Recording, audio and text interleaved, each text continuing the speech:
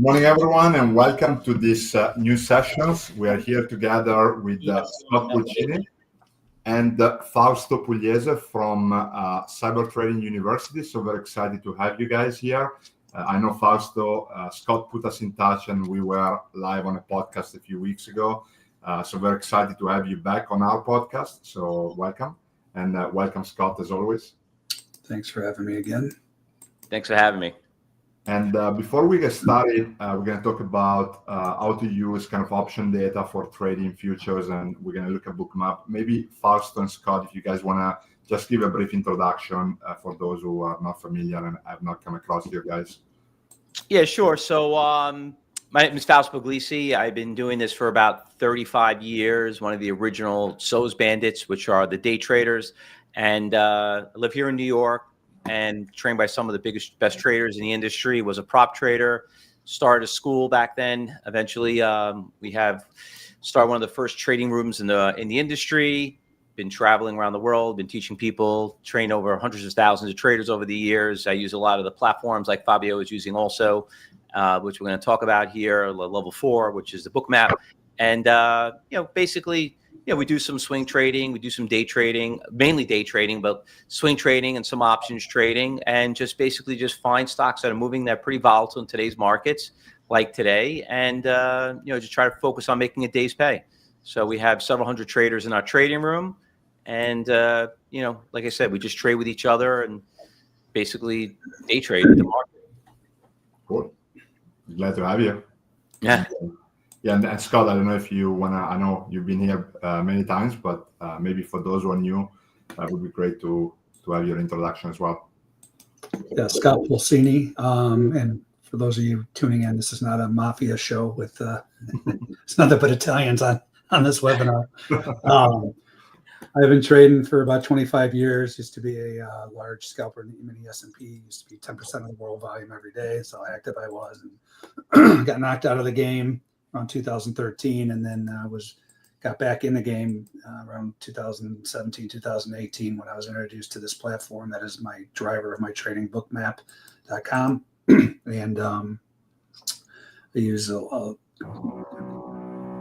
of the main things that I use on this platform is the stop iceberg indicator, which is derived from the CME MBO enhanced data, which I'll go over here. And then, I've added things on top of it, especially with Fabio's options levels. But that's the core of my trading. And I'm a day trader as well. I have my own trade room. Got into more educating as well right around 2020. So I do that and trade live myself and teach people how to trade my method. Nice.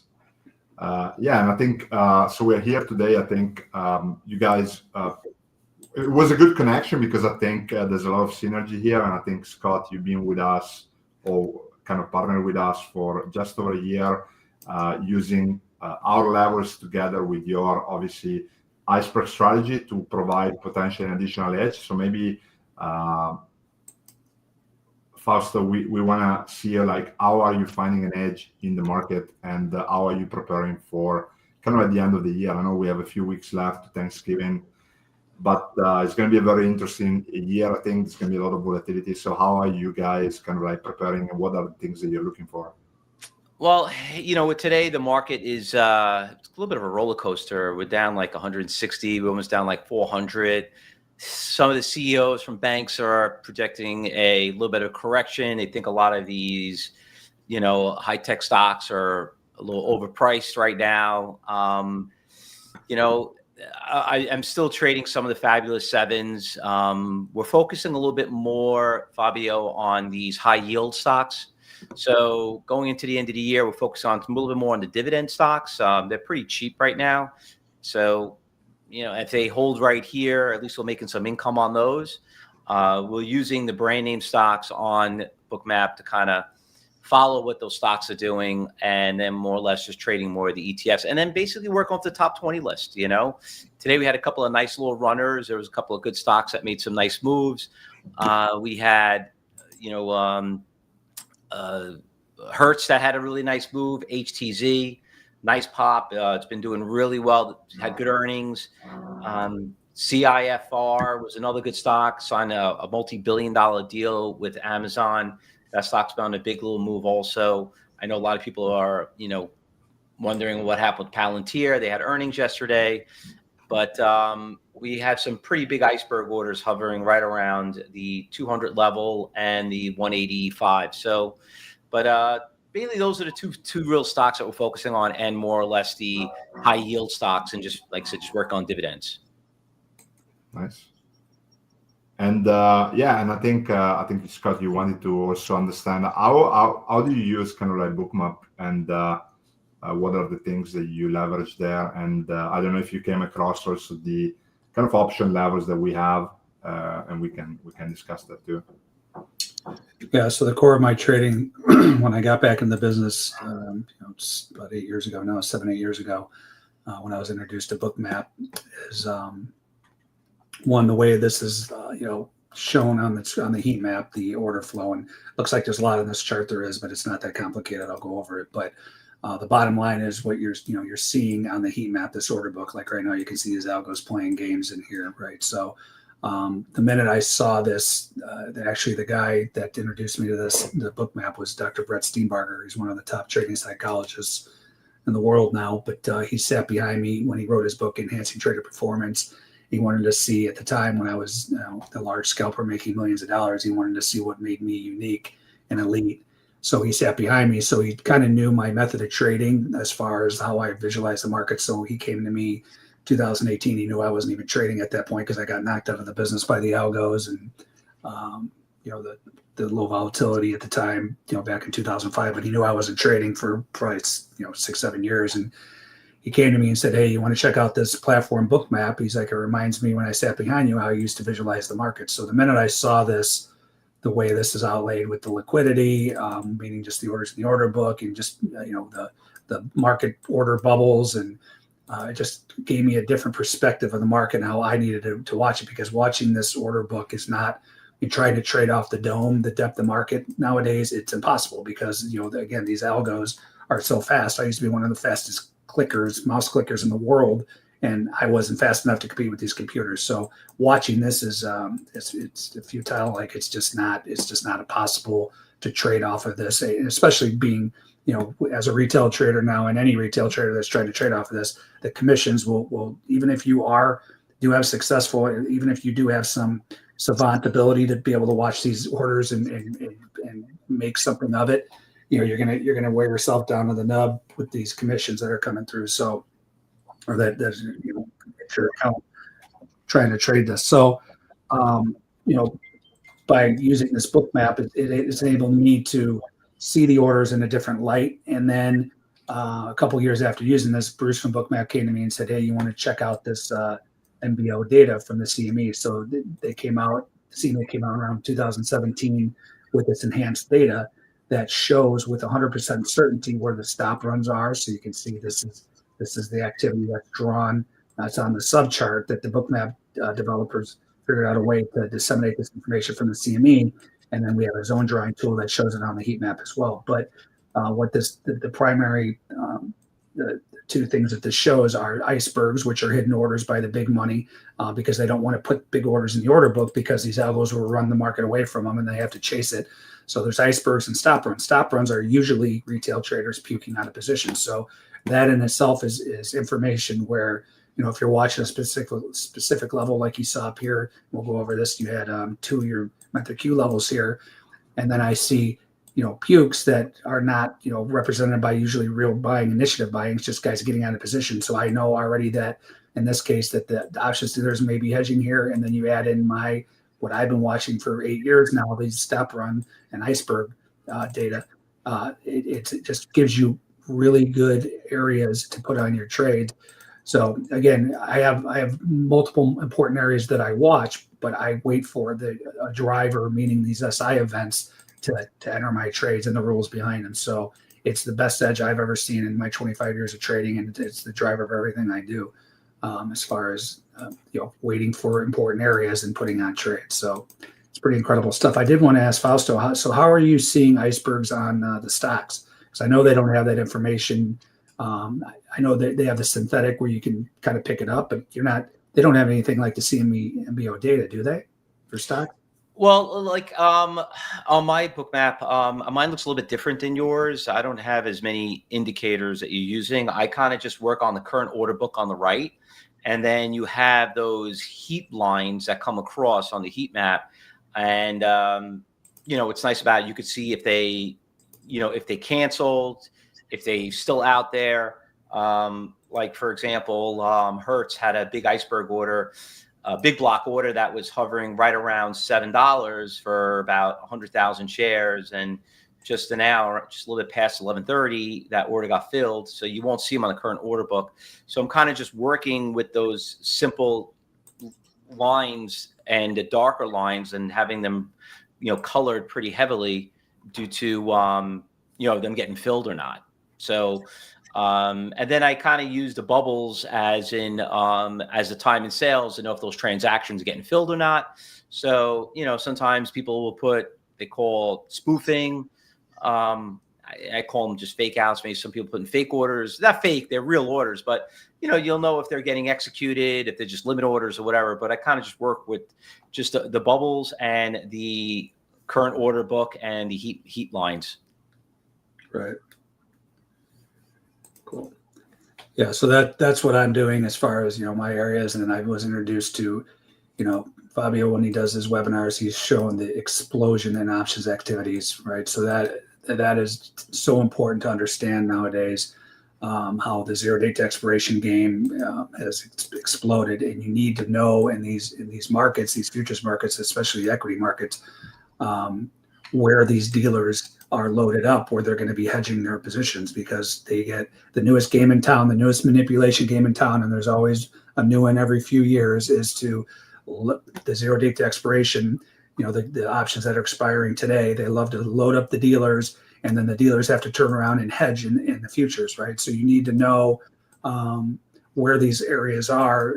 These are the prior day, but Fabio has real-time stuff too, where you can see where the dealers are getting loaded up, and they're going to be reacting at that area. So again, I knew of the options, but the options game wasn't that big of a deal back in the day when I was trading. Now it's huge. So you need to know where these levels are, and how the market reacts to them and the dealers react to them when it gets up here. So I've implemented, and that's another thing with trading too. You always got to be ready to adapt your trading, right? Like, especially when stuff's not working anymore. And I'm not talking like flipping from strategy to strategy on a whim, but if you're trading something for years and all of a sudden you're going 6 months, a year, and it's not working as well, you got to be ready to make adjustments to what you're doing. And I've adapted using these GEX levels because I just watch them work all day, every day.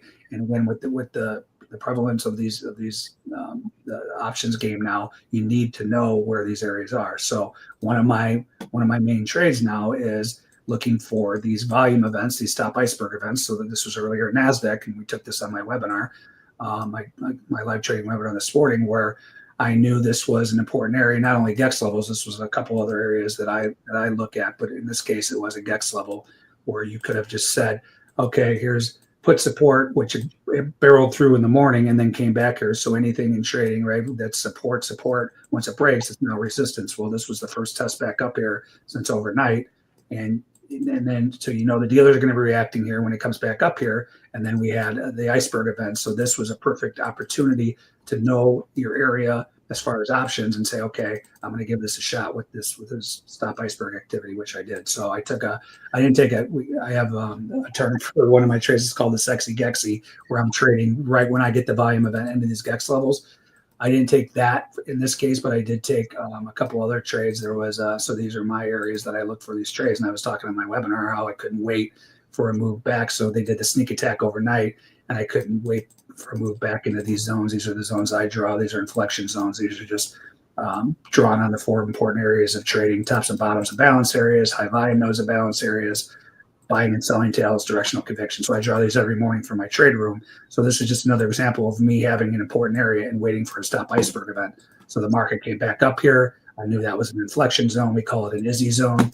I knew there were GEX levels here. I knew this was a Dumb and Dumber, one of my 6 distinct stop iceberg events I look for, where it's usually the dumb money puking out. It's not initiative buying. It usually fails more often than not. And then we had one other thing that I used too. These are called Ludwig levels. These things are incredible. Probably the second most powerful thing I've ever seen in my trading career. But you had a stop run into the major lug that helped too. So this is just another example. Like, these things are incredibly powerful in their own right, but I won't take trades off of them blindly. I need to see the iceberg event. In this case, I got the iceberg event. So, and anything in trading, confluence is really important, meaning the more things you have there, the better the probabilities. And that's all trading is probabilities, right? So we had 2 GEX levels. We had the Ludwig level. We had an ISI zone and a stop run that usually is not initiative buying. So that initiated this short, which I'm still in. So you can see real time, like how this stuff, all comes together. Yeah, I like that order you have. What time is that? 9 o'clock. You had a big red bar. Is that right there? Which one right here? Yeah, go up, and right there you have that big red line right there. Yeah, that's a big order. Oh, right here. Yeah. Well, they pulled that. Yeah. But Yeah. this liquidity. Yeah. I just actually turned this down a little bit. But yeah. So that's the other thing you can really tell. So with these markets, even without the stop iceberg information, this was the first thing that I started looking at was this heavy resting liquidity. So for instance, I got short gold here this morning.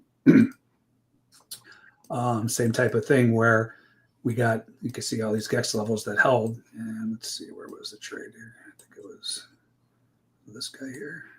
No. Thought it was up higher here.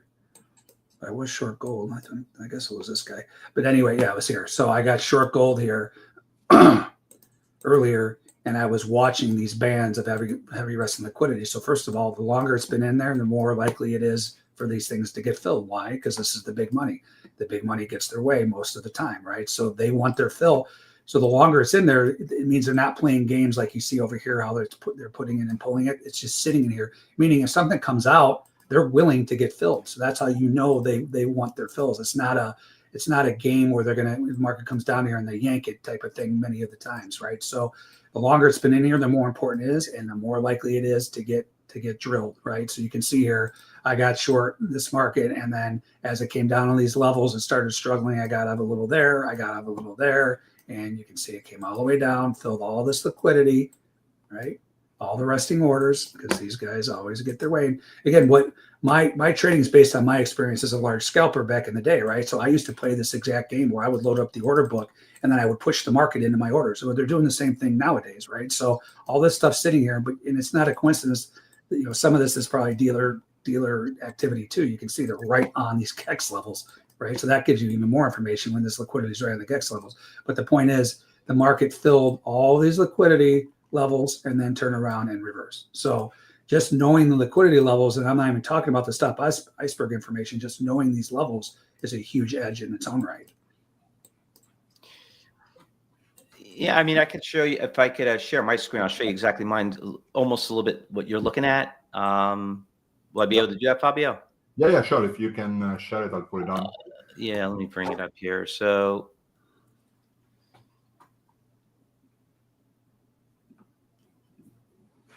yeah, so right here, this is Hertz that had a nice little move. I had earnings announcements coming this morning. You could see right here at 9:30, started making a nice little move. There was an order that showed up here.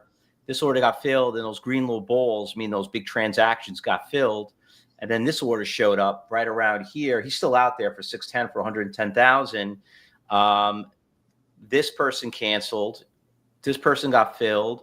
And then it went all the way up to this $7 price range around 10.15. And you could see this is called consolidation. And then as the line got brighter, that means someone kept adding more and more to the shares, and it's been having a tough time. Now, what's very attractive about the stock is that there's this big green ball right here. That big order right there was, if I move over here a little bit, was about 104,000.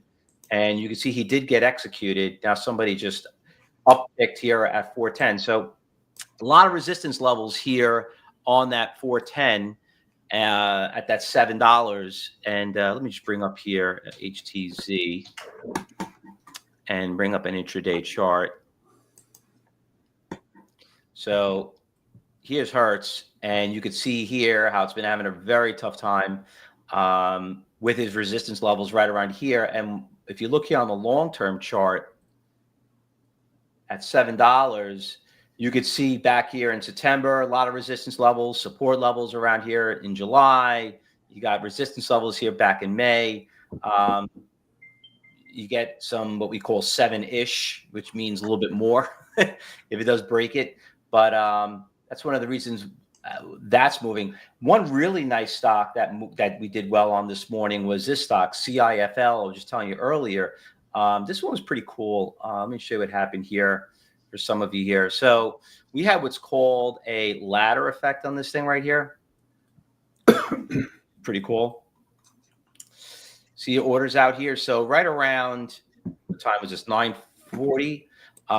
Stock started this morning. Big buyers showed up around 20, and then somebody laddered up here at 460. Then he laddered up again. He laddered up again. So he wasn't getting filled. And when you see these orders out here on Bookmap, someone was trying to buy it, and he didn't get filled, and he kept upticking. And that's what happened. He uptick again, and that's why we took a stock that went from like 940 all the way up to about 10 o'clock, shot from $20.60 all the way up to $23. So this big seller showed up, and he did get filled. But as of right now, he's kind of like, this is called a slingshot. So he basically hit it, but he came back out a little bit more, and that's why I drove the stock down. And another seller came out. Not that many shares, only 22,000. I thought it was going to break it. You could see there's a big seller out here for 147,000 at $28. But I thought it was going to break it, but it never did. But if it does get past this 23, you can see the stock is moving in 50-cent intervals. So the more you scroll down to see further, the bigger the numbers, and the other ones will disappear, and these will get lighter. So we kind of just keep it a little bit more simple on the chart, on the Bookmap, just following these, what we call these big iceberg orders over here on the right. There was also a couple other good ones too out there. So today, obviously, the market's taking a little bit of a hit. Here's Tesla. For some of you who here chase Tesla. So there's been a big order out here that was here early this morning. We had a nice little slingshot. It went back up to 60. But you're getting a list of these orders out here, right around here at 450, 445, 440. So they're kind of holding here pretty strong. 460 has been a major resistance levels on the long term on Tesla. So let me just bring up Tesla here on the chart. It's one of the stocks we own here at Cybertrade University. So you could see here, big resistance levels here at 460. That's the intraday chart. And we look here on the long-term chart, you'll see right around here, a little bit of resistance levels right around here around 460. So we're still bullish on these stocks. And by the way, you don't have to trade Tesla. I don't know if anybody here knows this, but there's a ton of ETFs on Tesla. There's TSLY, which is the high yield that we trade. TSLL, which is the double ETF on it. There's TSYY. So there's a lot of these ETFs that we're trading with them and making on the dividend. But we trade them by watching the stock, and if they hold here, I think we still look pretty good. So we've been big fans of these stocks still, but that's what we kind of like working over here on the following those big orders. And if I can add to that, like if I can show you, Fausto, also that those levels are actually big option levels that you see there. Right. So these 460 and 450 here. So you see how Tesla kind of moved into these areas. So I think integrating all of that together can give you like a lot of good insights as well. Well, Scott, to ask you're a market maker on the options side. Those orders that we see out there, aren't they backed up to cover the options? Well, it depends. I wasn't an options trader. I was a futures trader, but futures. But yeah, I mean, they're not always options levels, but I just showed, a couple instances where the gold, like they were all on the options level. So yeah, I'm sure some of the options dealers have some resting orders there. I think it's more big money versus options dealers many of the times, but yeah. But I mean, this is a perfect example. Like for instance, his X2 is where it bounced off of twice today is at 460. What does your liquidity look like on your Bookmap, Fausto? On Tesla? Yeah, do you have that liquidity right there at that 460? Yeah, you have that liquidity, but it's not that much. It's only around 39,000. And remember, we're not seeing the total book. This is only showing you NASDAQ and EDGX. I mean, there's other ECNs out there. There's ARCA, there's a bunch of them. But for what we can see here, I mean, it's not a big number as much as I like. The big number is right here, 480 and 475. Got 130,000, 100,000. But there's that little liquidity right here. It's only like 39,000. But for example of that is, if you're going long Tesla for your strategies, and then you see, we got through. I probably wants to show us GEX levels again. Like we got through that GEX 5, and you can say, using your stuff with the liquidity, and then the GEX level is like, okay, next target up is the GEX 2. So that helped. So that was a good example too. There's not a lot of liquidity there, but the dealers are still going to be hedging there, right? So my question for Fabio is, what, in your experience, what do dealers rest orders, or do they wait for the market to get there and then start hedging with market orders more? Fabio, that question is actually for him. I mean, if you know, that's fine too. I thought he would know because he's been in that space. Do you trade options, Fausto, or no? Very little. Very little. We do trade options in our room, but I mainly like to strictly trade the stock. Yeah. So, in your experience, how do they hedge there? So do they just rest them, or do they wait for the market to get there and then they go to the market? So I think Go ahead, Fabio. No, you go ahead. Sorry. Well, they actually would. See, the problem that people understand is you don't know who that person is, right? And you don't know what his game plan is. So could he be hedging? I mean, you know what? He'd probably be covering a short. You don't know that. So they do hedge themselves. It depends on how it consolidates. So it did consolidate here for a little bit. As the longer it trades it, the more it consolidates. But this is called a higher low.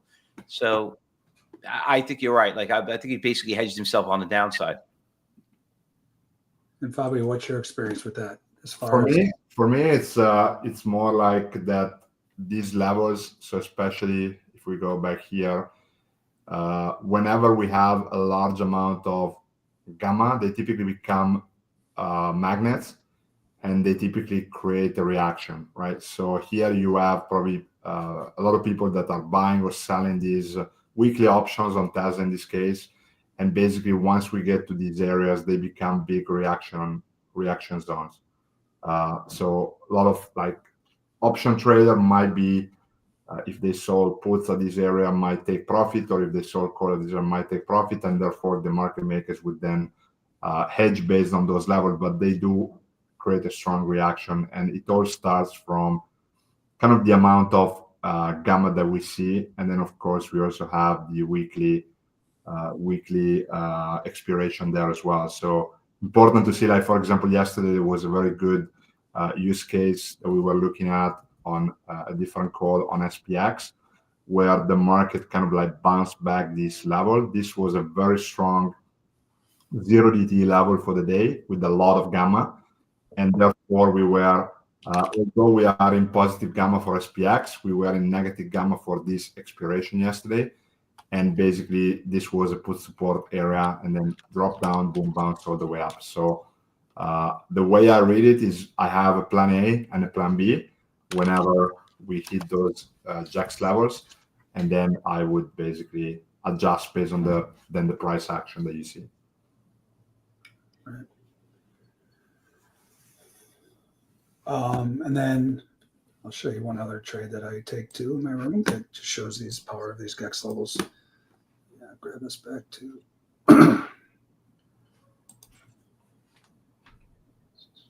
Do you have my screen, or did you just switch me, Fabio? I think I had it. If you want to reshare it.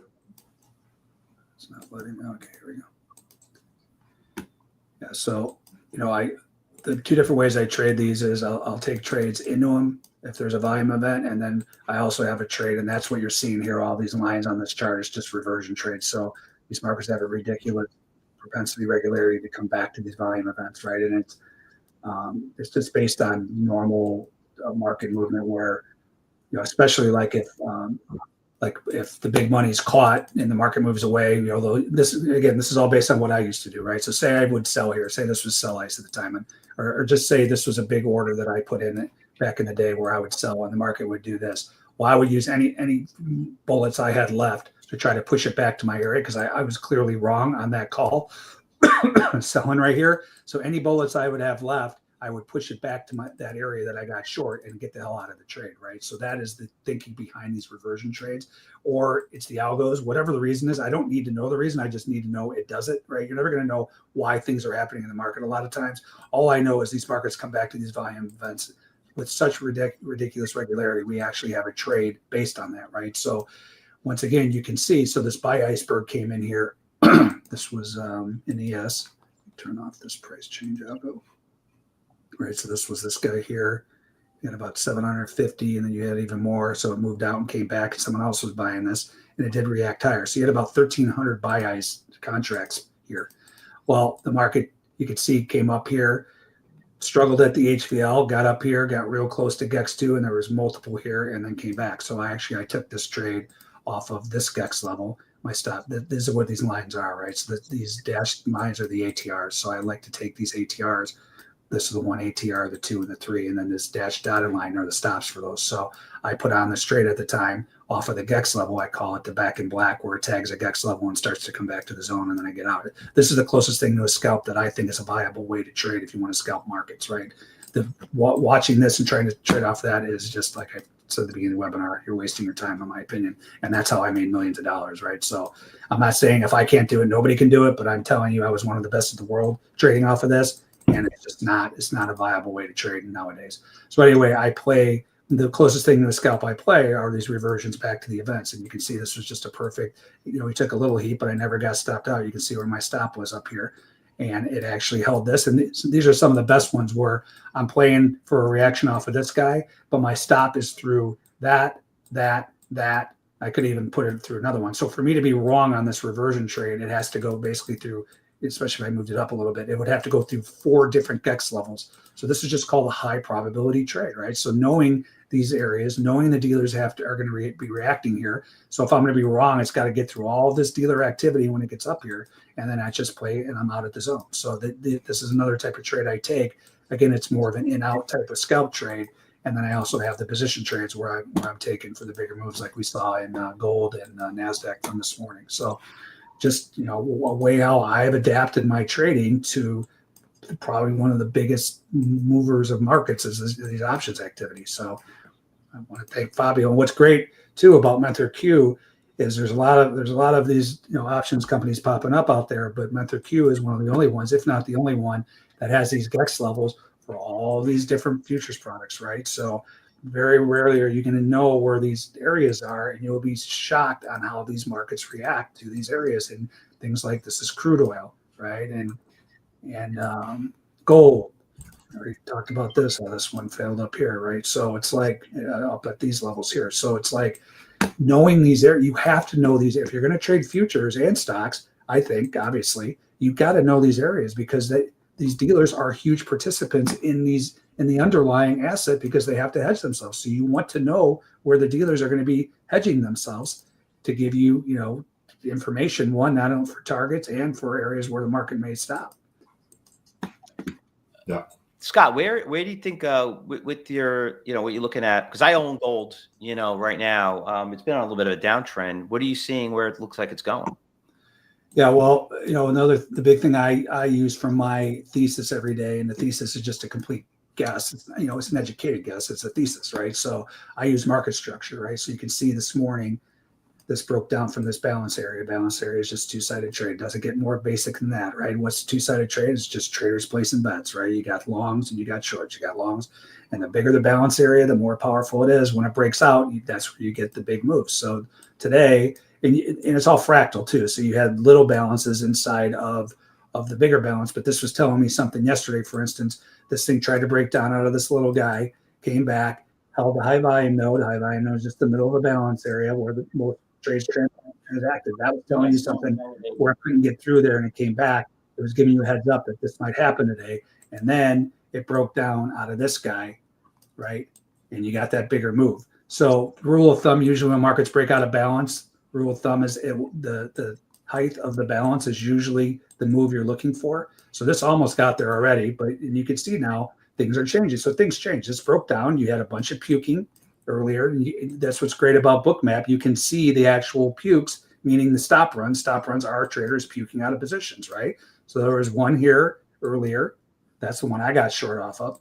And then you had one down here at the low where, and again, a great example of, well, there are two examples here where one, you had another one here, by the way, a huge puke there. You can't really see it because it's, that was buy ice. So somebody came in here buying a big, and then he came in here buying with this, with buy icebergs here. But you see there is a puke there. That's the red box. That's the stop run here. This was 600 contract puke. And then it came down to the low, another puke. This one wasn't as big. I don't know why this one's showing 150, but it was more than that. So this is a good example, though, how these icebergs aren't always just, you just jump in just because you see someone big buying or selling. For instance, someone bought here, and they're not. A lot of times, you don't know what they're doing either. You don't know if they're exiting positions. You don't know if they're hedging options. You don't need to know. You're never going to know, and I don't need to know. I just know this is an area of concentrating traders. Trades that fired off, and I know the patterns around those areas, right? So it's a good example of, at the time, buy ice came in, couldn't hold it, got smushed, and then someone big came in here and tried to sell it, didn't hold it. So more often than not, the big money is going to get their way because they're the big money. Like, for instance, if someone was, this at the time was 200 contracts, right? That's not a ton, but it's threshold, meaning enough for me to trade off of. Well, if the market comes down here and someone is big enough and they just keep putting sell ice in here, the market's going to eventually relent, right? So the big money is right more often than the wrong, but they're not right all the time.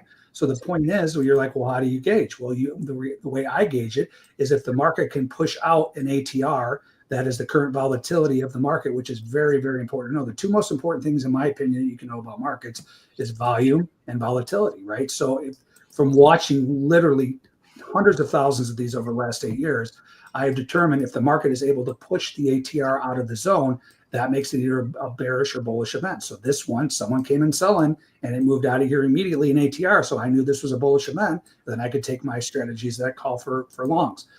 But the point I'm showing here is that paper's not always right, but you can see the reaction off this area. So knowing this information is just so important. Knowing the iceberg information, the volatility, and these VEX levels, I don't know of a better edge in markets that traders can trade off of. And I know there's traders out there that are profitable not using that stuff, but I feel like you're kind of getting lucky if you're profitable, right? Like if you had that information, you could be that much more profitable is what I'm saying. So anyway, back to your original question, this did break down. That's obvious. But you can see here what's going on. Now, all of a sudden, you're getting these buying tails. This is an hourly chart. So tails are instant reaction, which are very, very important. That's where I draw some of these inflection zones. That's why I draw some of them. But it's giving you information. So this thing tried to break down. It did a little bit, but then now you're getting buying tail, buying tail. So what you want to watch for now, if this retakes this balance area, I'm not saying today, over the next couple of days, it could be today. This thing's been so volatile. That's telling you heads up. The shorts had their chance. They didn't get their way. They barely got their way, and then watch out. And then on the flip side, if this market comes back and breaks these tails, then you're probably going to get that move that I was talking about, the height of that thing. You're probably going to get the major move. So, and then the next area down, that's another thing I look for too, as far as targets, like there's no structure in this market until way down here. So if this comes back and clears these tails, then again, with thesis, my guess would be short. So why does that matter? Because again, it's just a guess. I'm just guessing based on my experience what should happen. I use real-time volume to confirm that. So say this market came down, cleared these tails, and then I got a bearish event like I was just showing you, where it got the ATR out of the zone. Well, I would be trading double-sized shorts based on my thesis and the real-time volume event, which is the most important thing, right? So again, I have opinions all the time. Like here's a good example from crude today. I was coming in here ready to fire. That's not crude, that's yes. I was ready to fire short. Chart here. I lost my chart as usual. It's here somewhere. 1 second. Hold on. This is a common occurrence where I lose my charts. But my point is, as far as structure, right? I had the same look here, and I was gung ho, ready to fire on shorts today based on my thesis. So this is a great example of using real time volume to confirm. So that was a balance area. That was a balance area. Some of the best trades in trading are when balance areas try to break out and they fail. So that was a failed balance breakout. It got back to the high volume node. That's what signals that for me. Then you had current balance breaking down to prior balance. That you can't get a more bearish look. And what did this market do? It held and did this. Well, if I'm just staring at this bar chart, I would have been short. I would have brought up my charts this morning. And I would have been firing on shorts, and I would have, taken it right down the throat. Did I go short? I didn't put on one short because why? Because the real-time value event proved bullish. So this is a perfect example of me having an idea what's supposed to happen. My guess, there was a stop run down here, instant dumb and dumber. That's what I call the stop run, dumb money puke. Turned bullish. Never went short. I actually went long some strategies. So that's a great example of waiting for the real-time volume that's happening right now to confirm your idea and or your area, right? So this could have been any area that you're looking for. And you're saying, okay, broke that area, I'm going short. Well, if you're using the iceberg information, you're like, I'm not going short. I'm actually going to look for longs because the real-time volume told me to do that. So really good example of both in gold where my thesis was short and the volume events confirmed there. And I went short this morning and not going short because the real-time volume events told me not to go short. So that's how I use the stuff. But to answer your question, is gold is in no man's land. Again, if it gets to the high volume node, I'd be wanting to go long that I showed, and if it breaks those tails, then I would want to go short. Bigger picture stuff, right? I'm a day trader. I'll trade if I get a bullish event and I want to go short. I'm taking longs with my rules. And silver is basically follows side by side. Yeah, well, there's another thing too. Silver, you don't hear volume events. This is another great example too. It doesn't matter what market you're trading. If you get these volume events, they're tradable no matter where. But I heard some stuff earlier. Here's another example. This one actually tagged the ATR exactly, but this was a dumb money puke at the lows, and it held. Not that I would have gone long off of there because of again, my rules are if it tagged the ATR, there was nothing for me to do on this one per se. But yeah, usually if you're hearing events in silver, that's telling you bigger moves are imminent in gold, right? So there was one stop run here and it worked. Or it held and then moved out of here. But it's just a good example of the dumb money puking out. It's not really initiative buying or selling most times. You can see right there, and it just drew it. This is my zone drawer tool that I have on the Bookmap marketplace that draws these events on the heat map, and then it held and ripped. So yeah, silver, it doesn't go side by side, but this was already looking, this was looking way worse than gold this morning. Well, silver is a lot more volatile than gold, right? Yeah. But that's the great thing too of this zone drawing tool. So again, a member of my trade room figured out a way to draw these iceberg events on the heat map. If you go to the Bookmap marketplace, you can get this zone drawing tool. But this will tell you based on the zone size and the volatility. That's the great thing. This is one of the two main reasons why traders fail are not knowing where to get in and where they're wrong and over trading their account. So this is what's so great about the zone drawing tool. If you go in here, you could put your account, what your account size is. So it's the Scott Zones on the Bookmap marketplace. Just Google Bookmap marketplace. I'm risking 10%. You don't want to risk 10%, but I'm just doing this because I want to risk $425 per trade. So that's why I put 10% in here. But the point is, I know my exact risk. So if I'm going to take a trade in here, right? So that's what this yellow line is. So if I'm going to go long, I force the market to push the ATR out like we talked about, and I get long just outside of an ATR. Well, this position sizing is reflective of me going long here, and this is where I stop out. And this is the way I trade because this is the best way to avoid these algos, right? So you see the whipsawing. So I already know if I'm going long, I could put on 2 micros, right? Risking $500. So that's where traders, the biggest failure traders make is they're over trading their account. And you're gonna have a bad day. I promise you. Every trader is gonna have a bad day. And if you're over trading your account, all of a sudden you're gonna lose 20, 30, 40, 80% of your account, and you're going to wake up the next morning like, what the hell, what was I thinking? This helps you size. So this is the reversion sizing, and this is the position trade sizing. So I know right away, if I'm taking a trade in silver, I could put on 2 micros. If I'm wrong, then I lose $450 or whatever I had on there. So that's what this tells you. But yeah, it's more volatile, but it doesn't really matter per se as far as the sizing, because this all adjusts to the volatility and the size of the zone. So that's one of the great things, many great things about the zone drawing tool. If you can believe it, you guys, I didn't know you guys back then, but I used to draw these events by hand every time they fired off using Bookmap's 1978 drawing tool, which is a huge pain in the ass. So I used to have to come in here, hit edit, then I have to come back, hit horizontal line, draw the horizontal line, come back in here, get out of the drawing. I mean, you can imagine. So it's like in a fast moving market. So I used to do this by hand. Thank God I had a trader in my room figure out how to draw this or have it drawn automatically for me.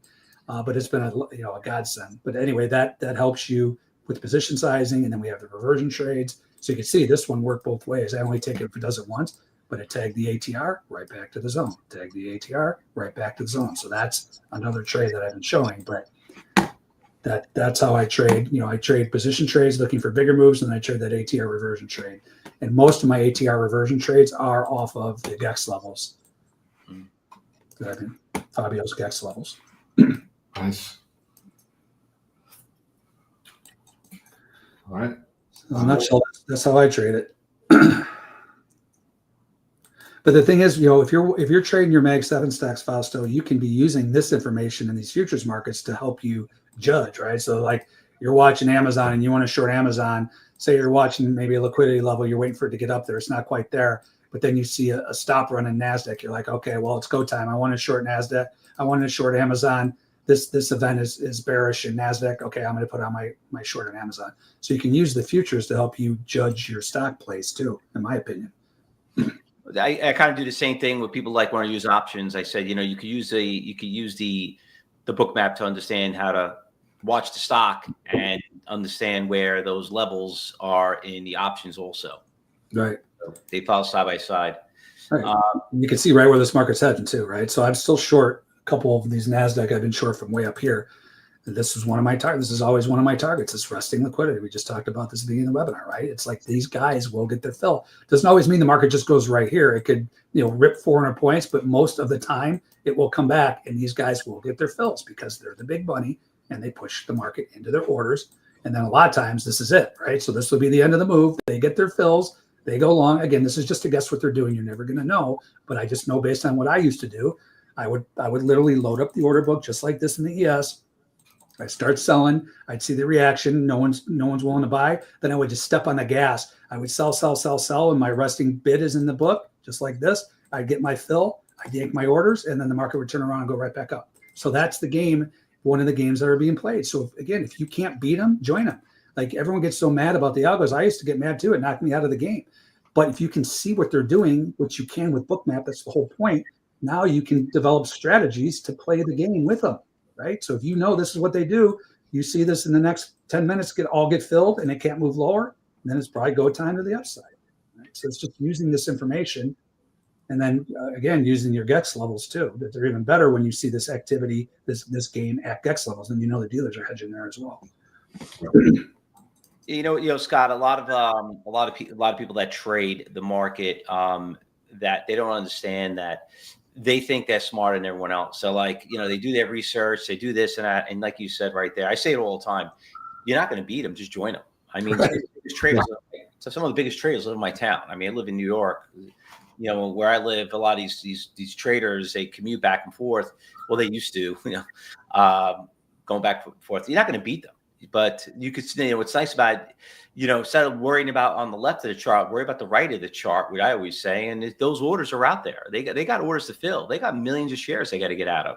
Right. And that's where it's pretty much self-explanatory when you start seeing that. And then you look at a different perspective. I'm like, yeah, I'm not going to compete with these guys. It's like I'm looking at Amazon right now. You're talking about it. Amazon has this big order at 260 for about 300,000. Some people didn't know that even existed.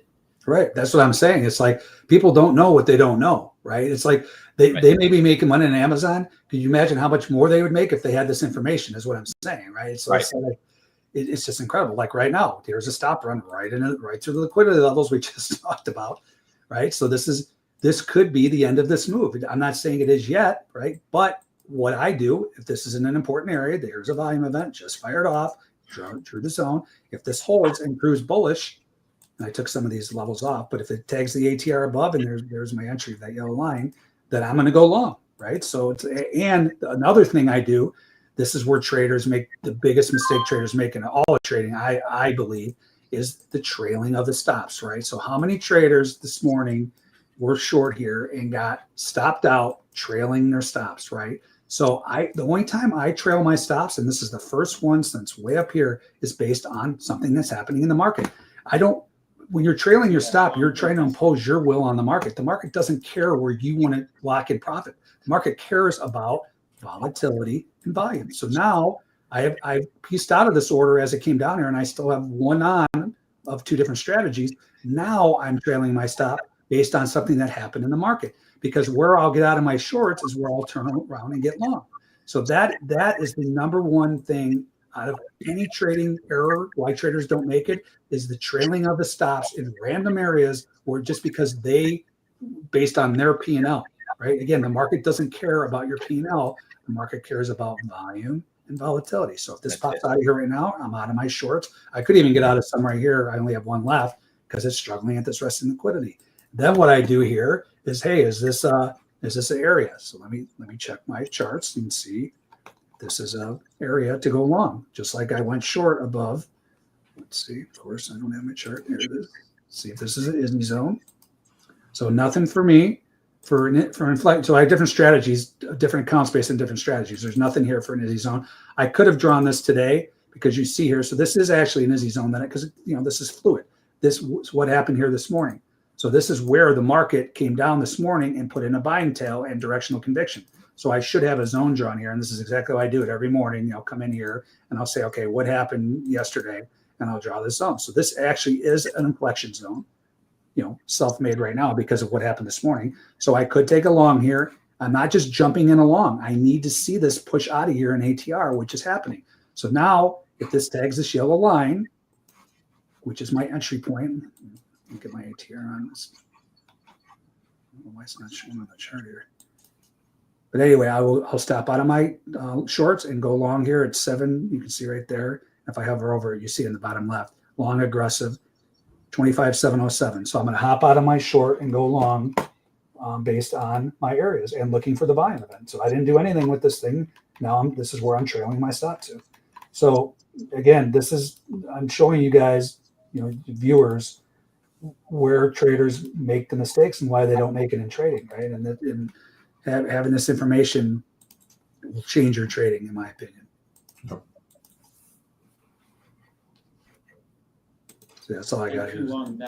There you go. So this value, I don't know why I'm not showing the ATR here. Why not? Let's see if I can get it back up here. I took it off earlier. Now it's not coming back. So this just hit the ATR. You should see a blue line. That's the ATR. You see it on all these other charts. But now I'm about to get stopped out and go long based on something that happened. So I could have been out. If I had more than one on, I would have been. This is one of my areas. What did I just get done saying too? Right? It's like clockwork. Market comes down. These jackasses get their fill, and then it turns around and goes the other way. Right? So again, if you can't beat them, join them. Yep. So what's so funny about all this is I used to be this guy. I used to be the market manipulator, right? And back then, spoofing was legal. All this stuff that's illegal now was legal. So I used to play the game all day long where this was me. So it doesn't feel good that it's being turned around on me these days as a retail trader, not with all this big money backing me. But back in the day, it was funny. I tell the story all the time. Like I was hated on the street. Like the CME, I heard the pick guys hated me because that's right when the stuff started going to the screens. That I even had guys in my own firm that hated my guts. There was one time I was walking through my office to use the restroom. I walked past this guy's office and he's like, "F you, Pulcini, you manipulating mother, blah, blah." I put my head in his office. I'm like, "Did I do something wrong to you?" He's like, "Oh, I thought that was you in the market. Sorry." So the point is, this used to be me. This is why I know the games. Right? It doesn't feel this is why I call them jackasses, because now I don't like it being done against me. But again, you can see what they're doing. If you can't beat them, join them. Yep. It's changed. I like it. Now you just got the technology better. Like you said, when you're on my podcast, if you had this back then, you'd been 10 times better trader. Oh my God. I can't imagine what I would have made.